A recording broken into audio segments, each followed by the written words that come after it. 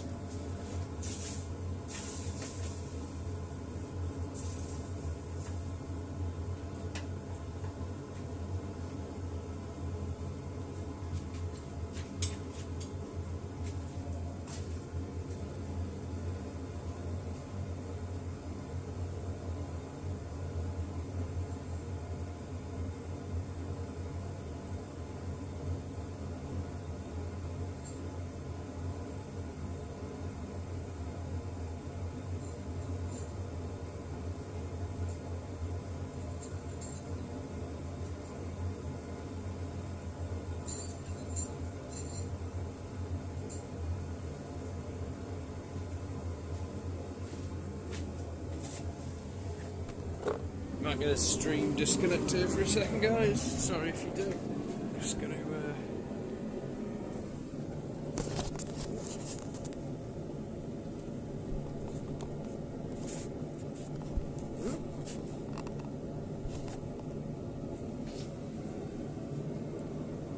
There you go. So you should be able to see, hopefully, what I'm doing over here.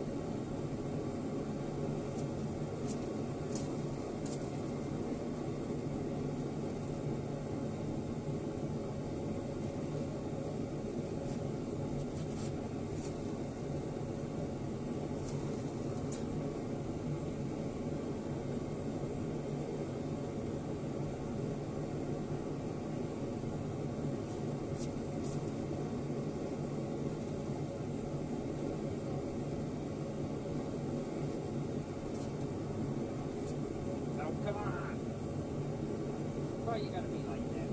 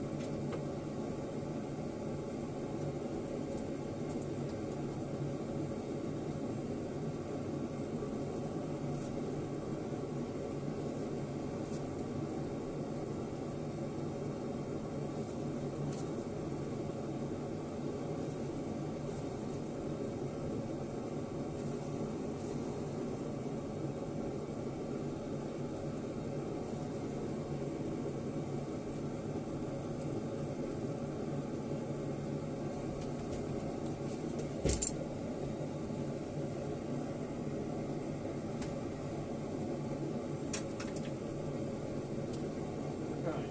Fucking finally. Now not to change your belt, jeez.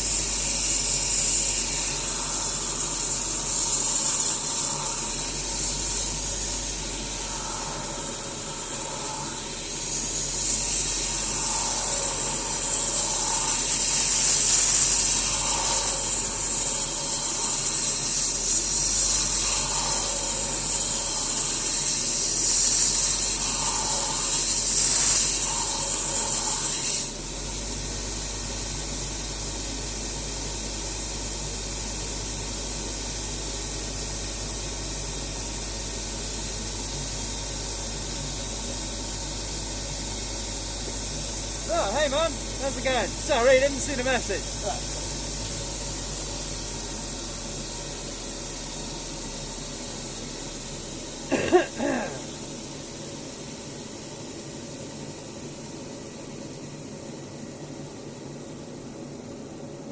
Right, you might be able to hear me a little bit better now. Sorry, that thing's loud. Yeah, not bad, dude, not bad. How are you doing? We're, coughing? No, just ex-smoker. So, and also, you know, metal dust from not wearing masks previously. Yeah, no, I'm at least for now healthy. So we'll see what happens. Yeah, we're just working on these, grinding down these sword blanks. So started with that, and now we're currently at that. So we're getting there. Just giving it a nice, you know, traditional sort of profile.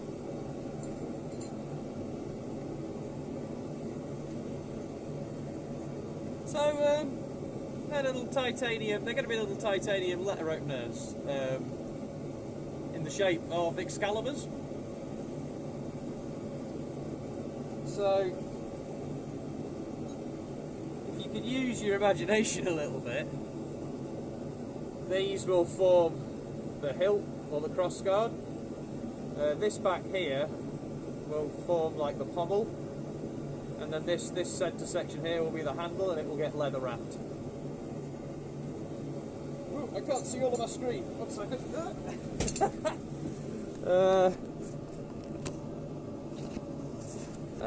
I don't think I have. No, is it got a similar blade profile?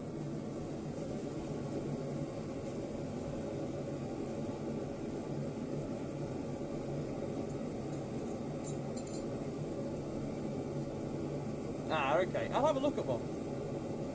But yeah, so these are titanium anyway, so they won't keep an edge. So yeah, it's mainly for aesthetics. Yeah, I'll check one out. Once I've got these finished, I'll have a go at forging one. I'm always looking for ideas for things to forge. It's always fun just having a go at something new.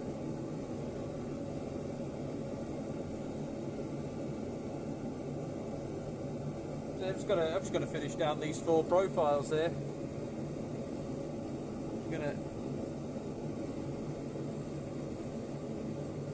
Oh, okay, yeah, I see. Speaking of cutting, I need to get round to finishing my knives. I've got a couple sat on the side there that need grinding. So, titanium just absolutely wrecks belts up so fast. Like,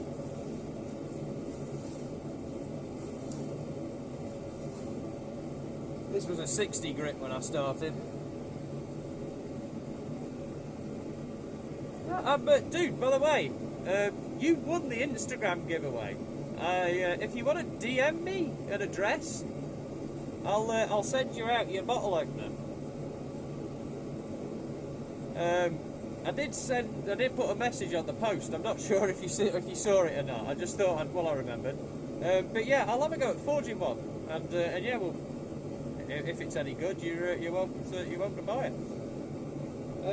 So yeah, I'm gonna get back into setting this into here quickly.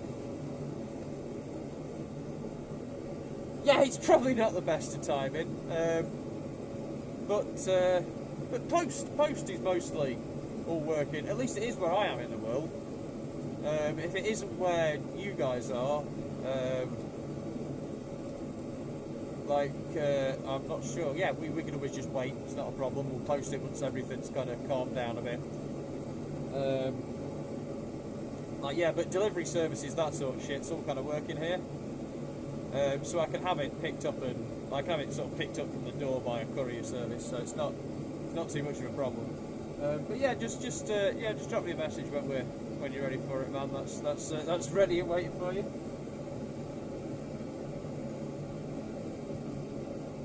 Right, I'm going to grind some more angles into this. If you'll bear with me.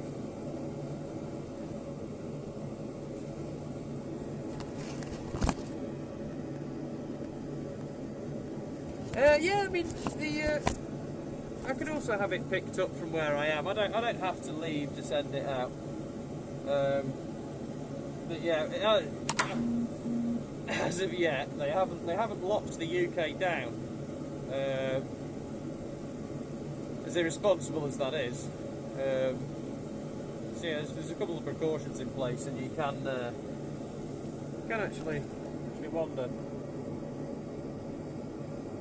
They're starting on you. Yeah, there's talk of them locking down here by the end of the week, possibly, if it continues, which is understandable. Yeah, it's a bit of a pain, you know. I'm quite lucky. Like, forging is a nice solitary activity, you know. I can sort of come out here and I'm all good. But yeah, I wouldn't like to be in, you know, just stuck inside with nothing to do, man. Like, well, I spent that way for like 4 years of my life, and it sucked. So yeah, I wouldn't wish it on anyone. I'm just going to cut a bit of this out of the way so I can actually see the text a bit more without having to move my my shit all the time. If you'll bear with me a second there. Ah! Ooh, nearly dropped it. One moment. I guess this saw will be.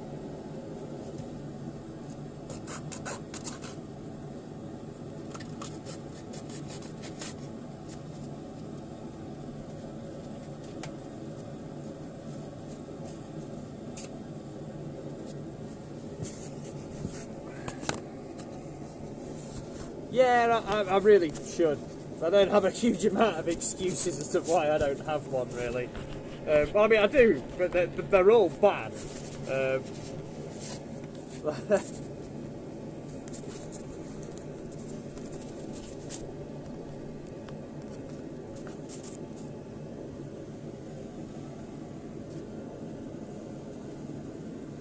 Yeah, decent stands are a good idea. There we go. You got a bit of a better view of what's going on there. I can actually see the text now as it comes through without moving.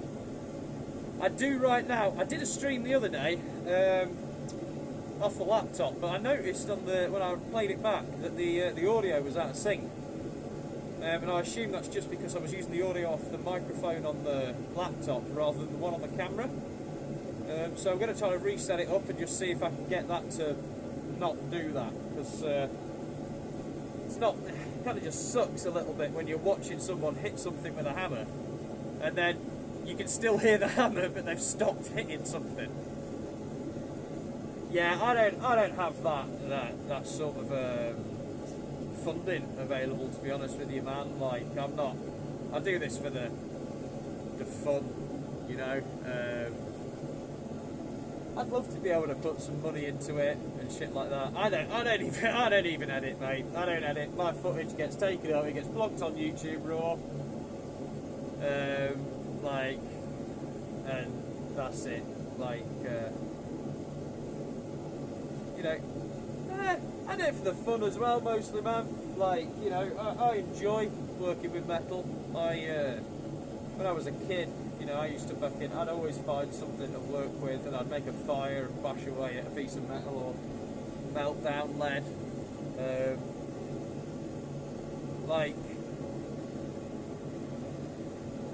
Yeah, and yeah, I put the hours in, not just, well, you know, I'm not really, yeah, I'm interested in having fun and occupying my brain. I'm autistic, so, like, to me, keeping myself busy doing things is really important. Like,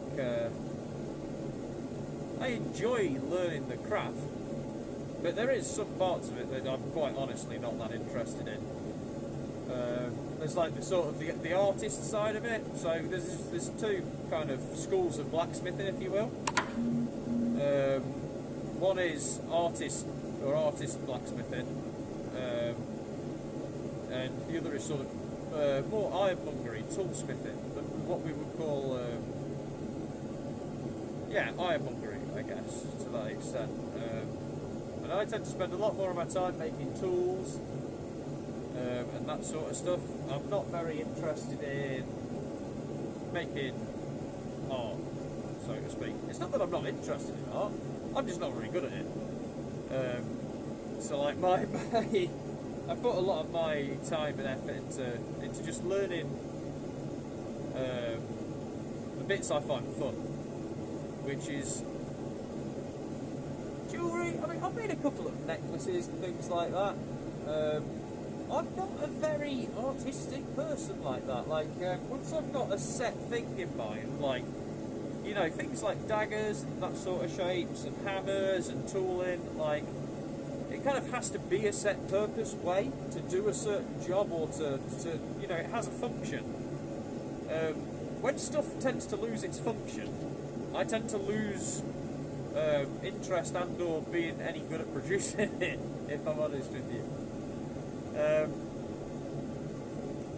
I don't know why that is. I'm just not particularly great at some things. I mean, you've seen the handles on some of the knives I do. You know, there's curves in there and that sort of thing, which is an edge towards that end of blacksmithing, and it's kind of where the edge of my skill is with that, to be honest with you. Like scrolling things and all that sort of, like, I'd love to be able to make a mad gate, but you kind of have to pre-plan that. You can't make a gate just as you go. I don't draw. I just, yeah. I occasionally I'll use the chalk. I've got a bit of chalk and I'll sketch at the anvil as I go, just to get stuff into my brain. But mostly I see the thing I want to make up here, and then I make it. I don't. It's just the way I tend to work with a lot of stuff. Like, I play guitar, and I can't read music for shit. I can't read tabs for shit. I just kind of listen, and then I'll play it, or I'll hear something I want to play, and I'll play it.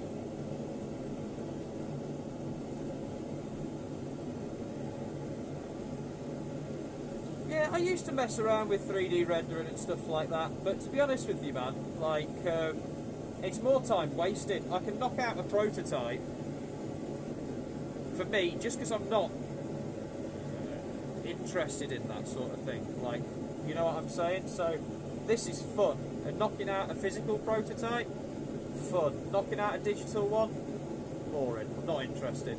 Like, this is, like I say, for me, about having fun and about learning shit along the way.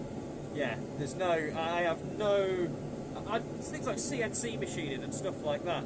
I could have bought a CNC, but I want to do it the old way. That's why I do it. Now, admittedly, titanium's not really an old material, so I'm kind of cheating in that sense. But, like, yeah, it's more about traditional production methods for me. Drawing, it would be great. That's part of the problem. Like, 3D design's incredibly important. Like, I'm not saying anything against it. Like, it's super important for the way we do things like automating and, like, any industries that require accurate machining of parts on a mass productive scale. But yeah, like, for what I'm doing personally, like, you know, it doesn't make sense. It's just application and wear. Yeah, I'm much more a traditional smithy, which is why you see all the anvils and that sort of shit everywhere. And I do have a welder, but that's about as technologically advanced as I get. You don't really do CNCing and or 3D printing sort of stuff.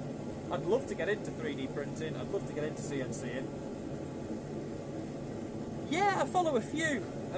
So, like, I follow a couple of the more popular ones. AVE, who's always working on some sort of shit. He doesn't necessarily do a lot of making, per se. He just kind of fucks around. But he's a hell of a lot of fun to watch. A guy called ABOM79, I believe. He does a lot of machinery, older school machining. Yeah, AVE is fun, yeah. That's kind of, it's it. I'm quite a lot about fun, to be honest with you, at the same time. Like, informational shit's great, but the kind of brain I've got, like, I only take that in for so long. So I tend to sort of gear myself more towards the people who are really passionate about what they're doing, because they tend to be having fun with it. You know, you can, the passion is fun. ABOM, he does some really great machining videos with newer, like lathes and older sort of school machinery. I really enjoy that. As far as the newer school stuff goes, I don't actually subscribe to any sort of those channels. Yeah, the machinery's insane. You know, they're talking slightly, you know, later in the industrial process. Dresden, yeah, of course, yeah. So, I mean, blacksmith-wise, you even look at someone like Alex Steele. He has a plethora of machinery that, yeah, okay, the modern blacksmith probably needs. If you want to knock out hundreds of hammers in a day or whatever, hundreds, tens of hammers in a day, you know. TOT, I'll check him out, this old Tony. I don't think I've come across him. I'll have a look. But yeah, I try to keep my machinery to a minimum. I may be adding a hydraulic press shortly, as I'm going to be doing some pattern welding experiments. What a lot of people call Damascus. I'm going to be doing some experiments with that. Attila's workshop. Oh, check that out. There's one guy as well. He does like silent. He doesn't talk through his videos. But he does blacksmithing demos. He does a really good video on making tongs 3 separate ways, like old school, like sort of middle, like Viking-y style, and then like new school American style tongs. But he doesn't talk throughout them, and it's just kind of the sounds of the forge and stuff. They're really like, what's the word? I don't know. They're just really quite pleasing to watch. They're worth checking out if you've not seen them.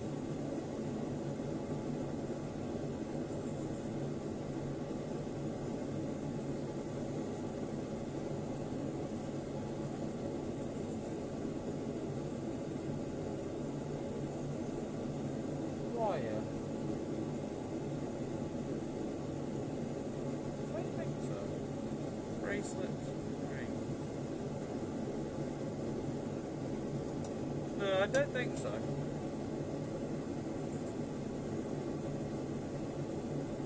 It gives me something to check out, man. Like this, the guy I'm on about makes. He tends to make tooling. Does hammers and tongs and that sort of thing. But I'll check that out. Like.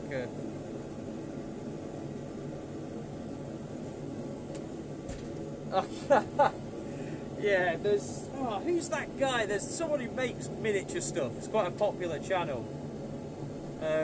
That miniature stuff blows my mind, man. It's cool for some nerdy, geeky reason I can't quite explain. Ooh, I don't know, man.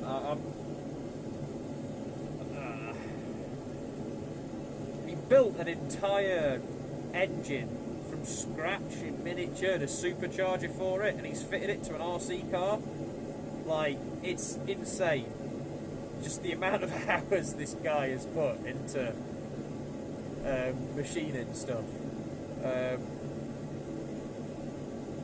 Yeah, it's worth checking out. Just for it's just mind blowing the amount of time that people and detail, fine detail, and accuracy. Like I find that really impressive. Yeah, it's just cool for some inexplicable reason, you know. I just really like it.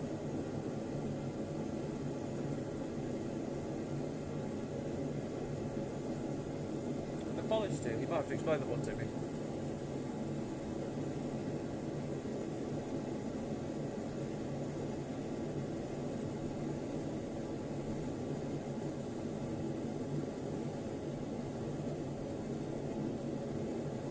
Oh, actually, what I should be doing is grinding this down as well while you're talking to me. I'm going to try and do both. I'll have a look at Attila's workshop, man. Yeah, thanks for the suggestion, dude.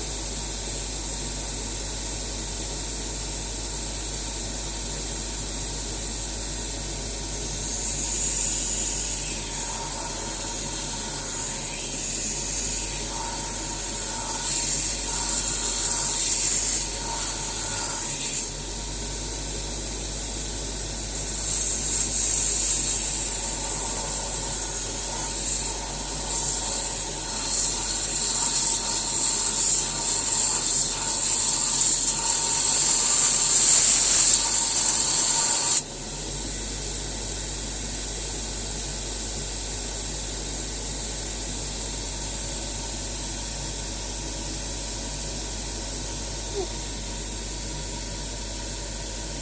man, it'd be nice to have a little bit more capability.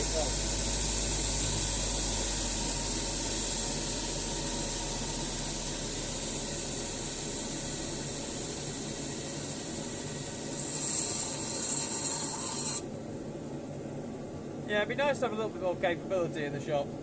I wouldn't mind a wood lathe or some sort of wood turning equipment, just for making, you know, like knife handles and stuff. My partner actually works leather, so she has all the leather working equipment. So if I need that, it's not too hard. But yeah, just I need kind of a little bit more space personally at the moment. Like it's nice to have the space I've got. Don't get me wrong, but like I'm just running out of places to put things basically. Oh dear. Oh, I'm going to go grab a drink and stretch quickly. Give me 2 moments there.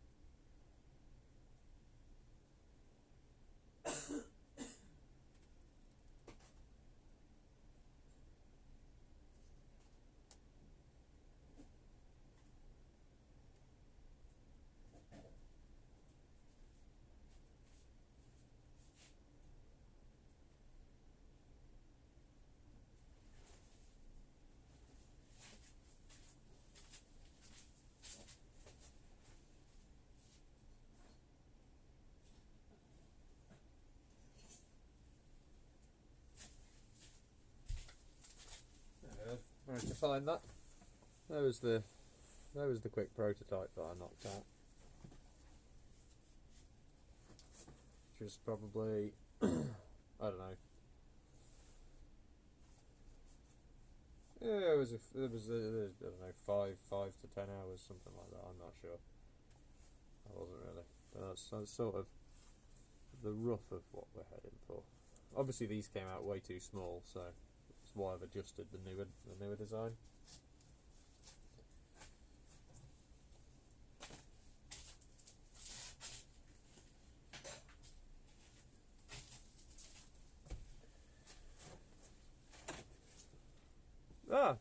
Hi, X-ray specialist Punk. How's it going?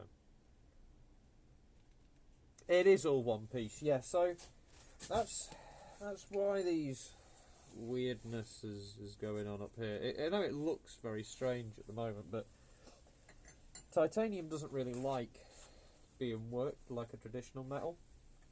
It's really unforgiving, actually. Like, steel is really quite easy to work in comparison. This just doesn't really like having things added onto it. And trying to collar a sort of a cross guard onto there. I did think about doing it the other way around. What I was going to do by that was sort of make the end of it a screw fit, so that the pommel's screwed on and then the cross guard could be slid over and fitted. But it just doesn't. It's a lot more work. In titanium, the large ones are That's a good question. I'll have to have a look at the pricing, because I can't remember off the top of my head. I think it depends on how many you buy. Mostly, to be honest with you, like if the person these are for, I think these came out a little bit cheaper than usual per one, but it's not cheap. That way, you're looking sort of around the £100 and upwards mark, something like that. Something rough, like you just saw, way cheaper. That's not a finished product. I have had people buy prototypes off me before. I don't necessarily like the look of things like that or that, and they just sort of sit around, and then it's mostly just friends who come around and go, "Oh, I like that. Can I?" I was like, "Sure." Maybe the material costs for it. But yeah, the finished products are quite a bit more polished than that. That's just these. I only really will take a commission / order like that. I don't really produce things to sell. I'm not really interested in that. Mostly I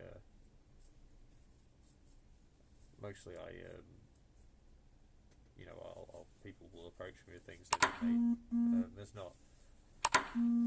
There's not a lot of blacksmiths in the UK who will just take a commission, you know.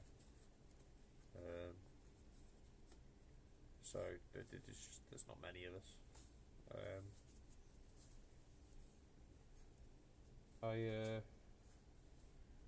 Like I say, I mostly do it for the fun. The main reason I do all of this mostly is a hobby to myself. It doesn't have to pay for itself. I have the luxury of it not needing to do that. So what I do out here is dictated to me mostly. You know, I have to pay for things like fuel and stuff like that, but my time is not necessarily worth anything to anyone. Which is both a good thing and a bad thing at the same time. It has its positives and it has its negatives. What it does mean, though, is... Yeah, well, yeah, it's a bit of a git, that, and I've been there and had that feel. Yeah. But like, yeah, I prefer to, when I'm out here doing this, I do things so I can just share the knowledge of how long it actually takes to produce things like this as well. Because a lot of people, you know, they ask you, how long did that take you to make? And what they really mean is I want to know how long that took, so I can either quantify how much money I think it's worth, or that means I can make it in the same amount of time, and I'm only paid this much an hour, therefore it should be worth this. Like, it's about finding a market, dude. Like, I mean, if you're producing something really fine,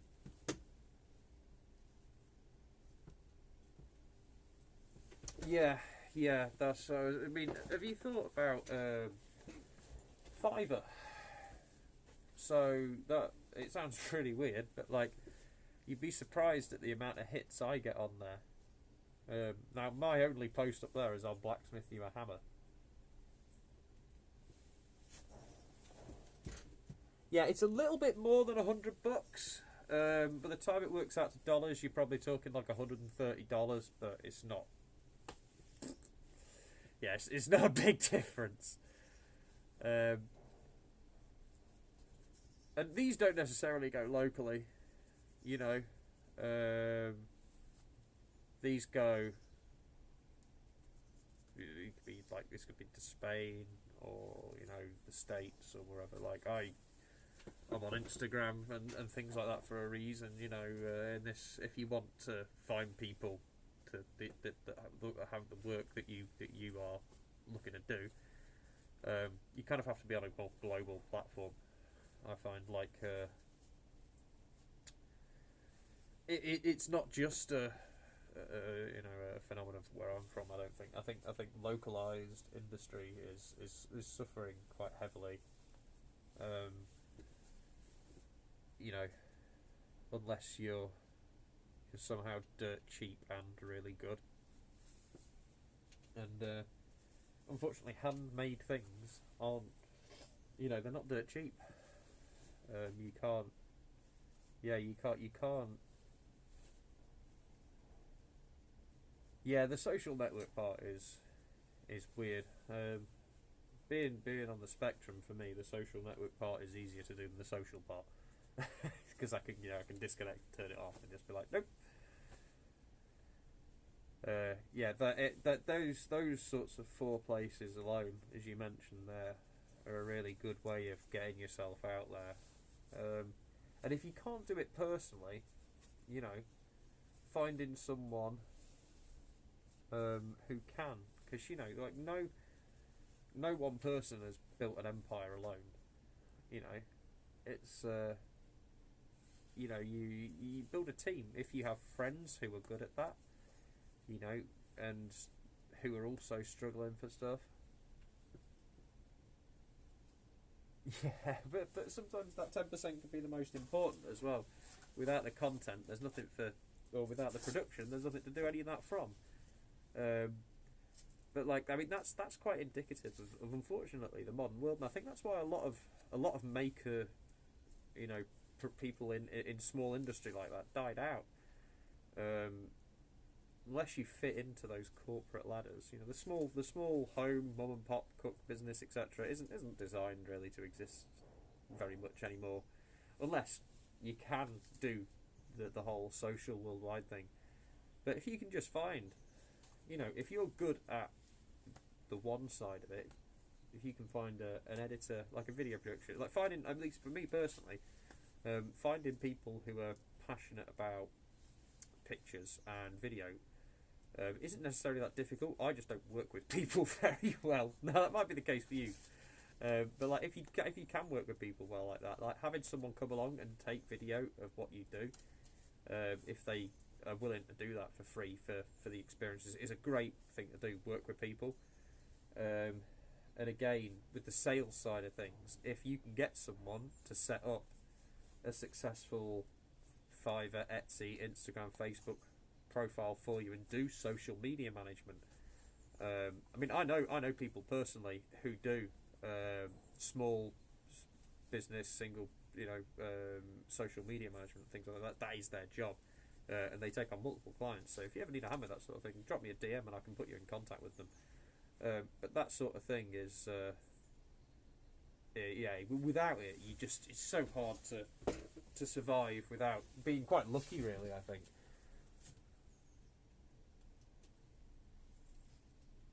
Yeah, I could only imagine the sorts of levels of equipment you'd need to produce that sort of thing, even at home, is not cheap. Or even, I imagine it probably takes up quite a large amount of space as well.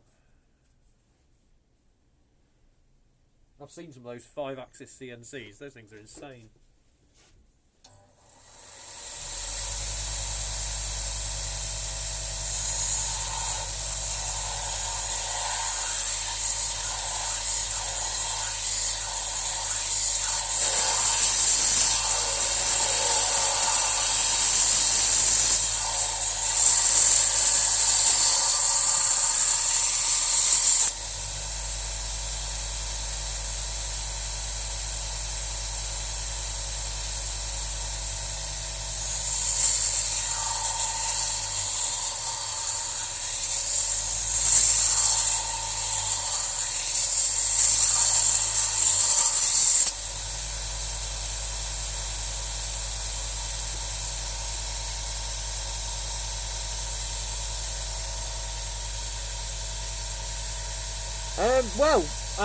This one, yes.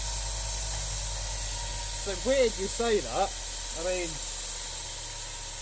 so there's this request is these three.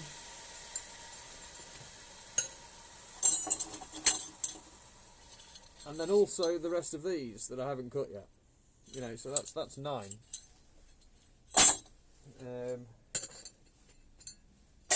And yeah, there's a lot of hours there. This is just the first 3 that I'm doing. So I'm just sort of doing them in batches of 3, as there's three large ones, three medium, and 3 small. Yeah, production is definitely a fine art, not something to take lightly if you want to get into. Just being able to work methodically like that in stages, so you can keep things rolling, is quite difficult.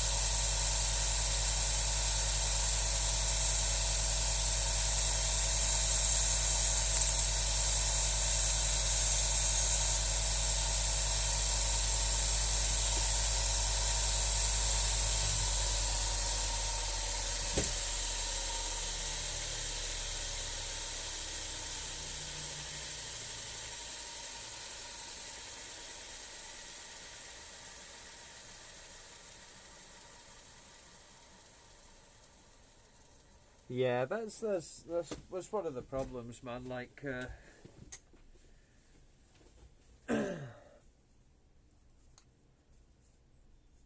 when you condense things down to those sorts of metrics, like, yeah, you're either doing something because, like I am, you're having fun, and it's not really about the money, or you have to find something that pays, that is niche and is quick and easy to produce. You know, this time is your greatest asset when you're working for yourself or something. Unlike, you know, yeah, it's just wasting time, or even just spending your time doing something that doesn't pay you the right amount is certainly detrimental. I mean, when I ran my own IT company for a short time, and yeah, it was so easy to spend time in the wrong places, doing the wrong things, and making no money doing it as well, or very little money at least, you know.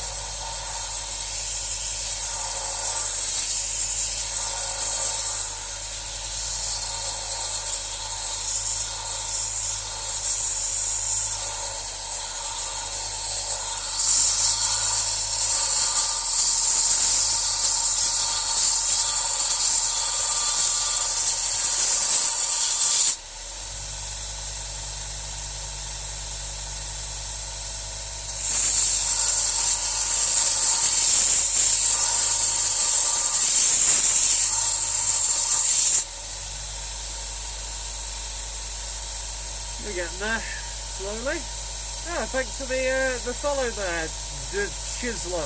I hope I've not said that wrong.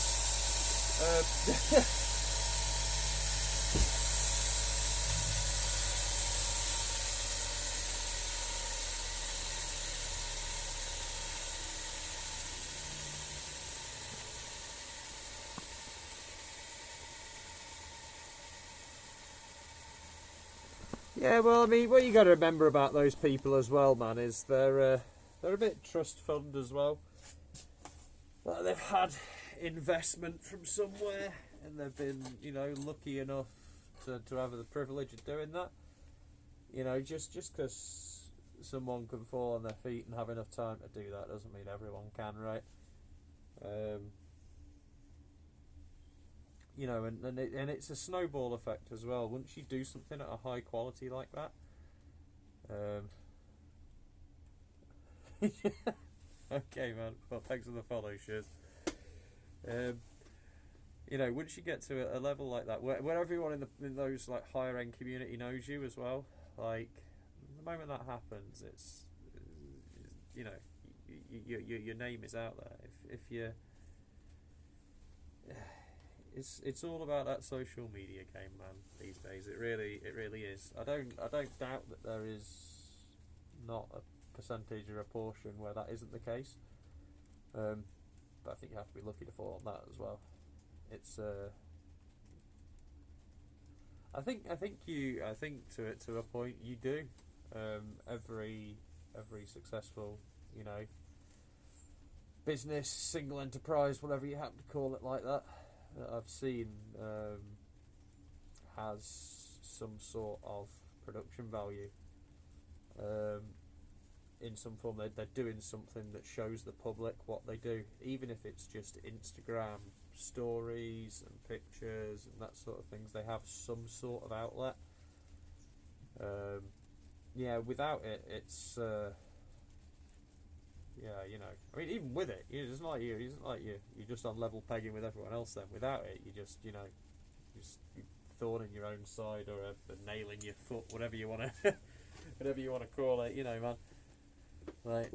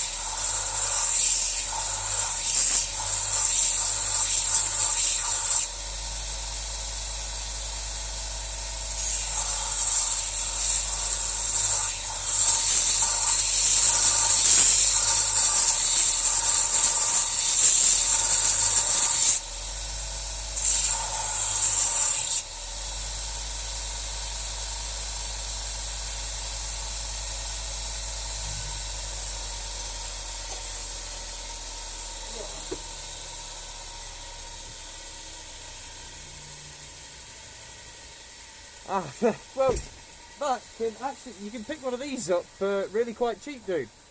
That is an Amazon special, and it was like 50 quid.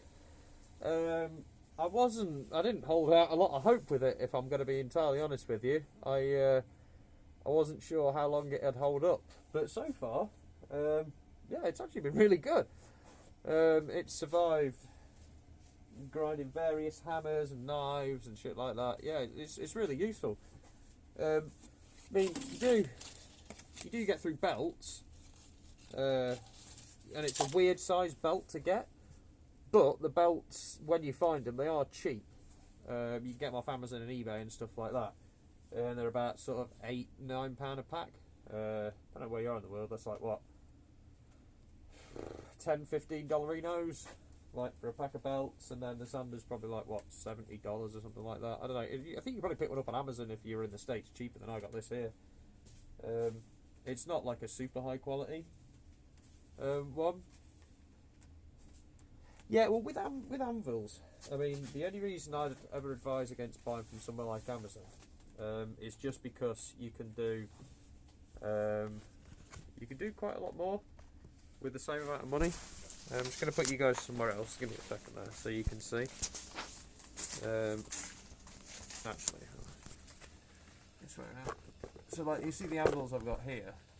Like, they're not. I mean, okay, ignore this, because this is exception to the rule. That's a Peter Wright, and as we all know, that's an expensive anvil.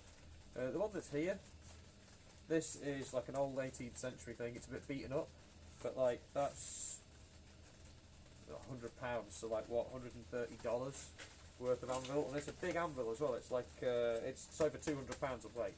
So you know, it's a good solid anvil. It's got it's a forge weld steel top, and then again that down there.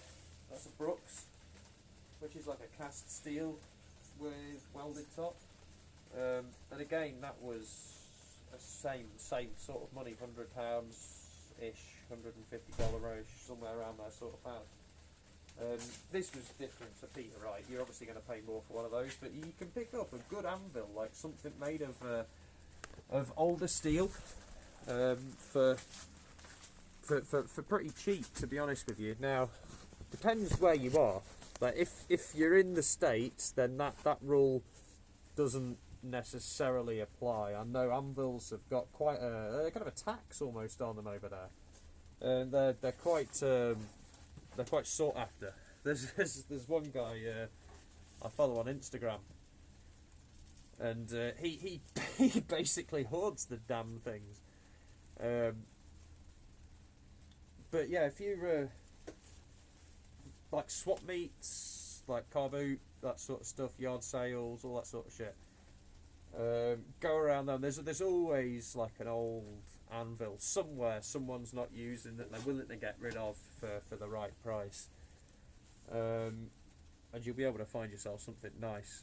I mean, it entirely depends on your price bracket. Like if you've only got $50, like yeah, you're probably going to struggle finding anything. You might find something small, like, you know, something that you can make knives on or something like that, which it depends entirely on what your purpose is. I mean, I've got a small knife maker's anvil over there. Whoops, something fall over. Yeah, I mean, that's going to happen, man. Like, I mean, to be fair, it's almost not a bad idea to start on an Amazon anvil like that.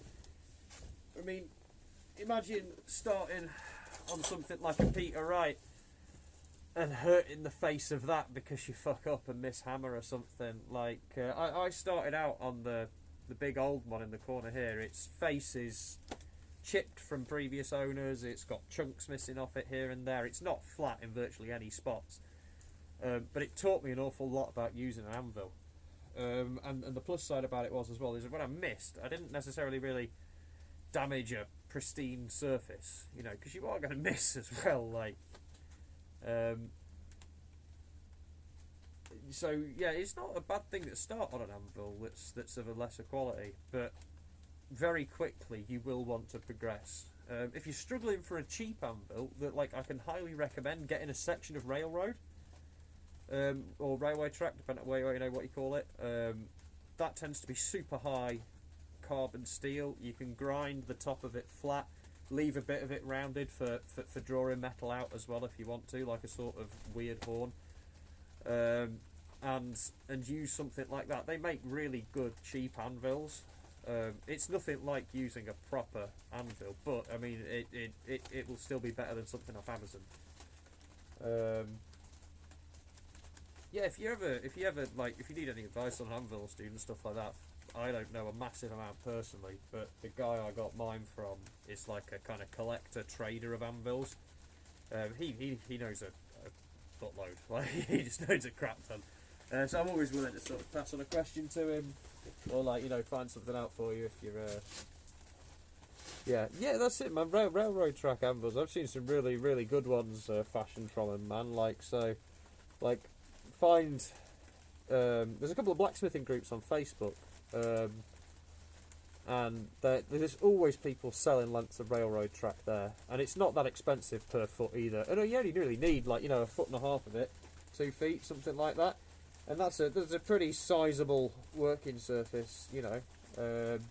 Get yourself a piece of scrap steel. Go to like a steel merchants or something like that, and they've, like, at least in the UK, like they've all got offcut bins, like scrap bins, where just bits of jobs that they've cut down metal for, just get thrown lumps of metal and random different pieces. Grab yourself loads of bits of that scrap for working off, because it's perfectly good metal. It's just they can't use it anymore because it's not in a stock form that they can really just calculate, like, you know, catalogue back. And you can also get, like, a decent lump of steel from there as well, if you want to add mass to your anvil before you put it on something like a wooden base or something too. Or even if you get a big enough block and you know someone with a fucking laser cutter or a water jet, get someone to cut you out a hardy style. What's it? What do they call them? I've forgotten the name of the damn blocks. No, it's gone. Completely gone from my brain. Sorry, guys. I'm a bit knackered. My back's hurting. Right, I'm going to call it there for today. It's been a couple of well, we've done nearly 2 hours, and I've got other bits and pieces I need to get on with. Like, thanks for joining. It's been really good chatting with everyone. It definitely adds a distraction layer that I find quite a lot of fun. Oh. But yeah, hopefully we'll have another stream before the week's out. I don't know whether I'll be streaming tomorrow, but yeah, thank you for joining, and everyone take care of themselves in this crazy global malarkey that's going on, and yeah, I'll catch you in the next one. Take care, peace out.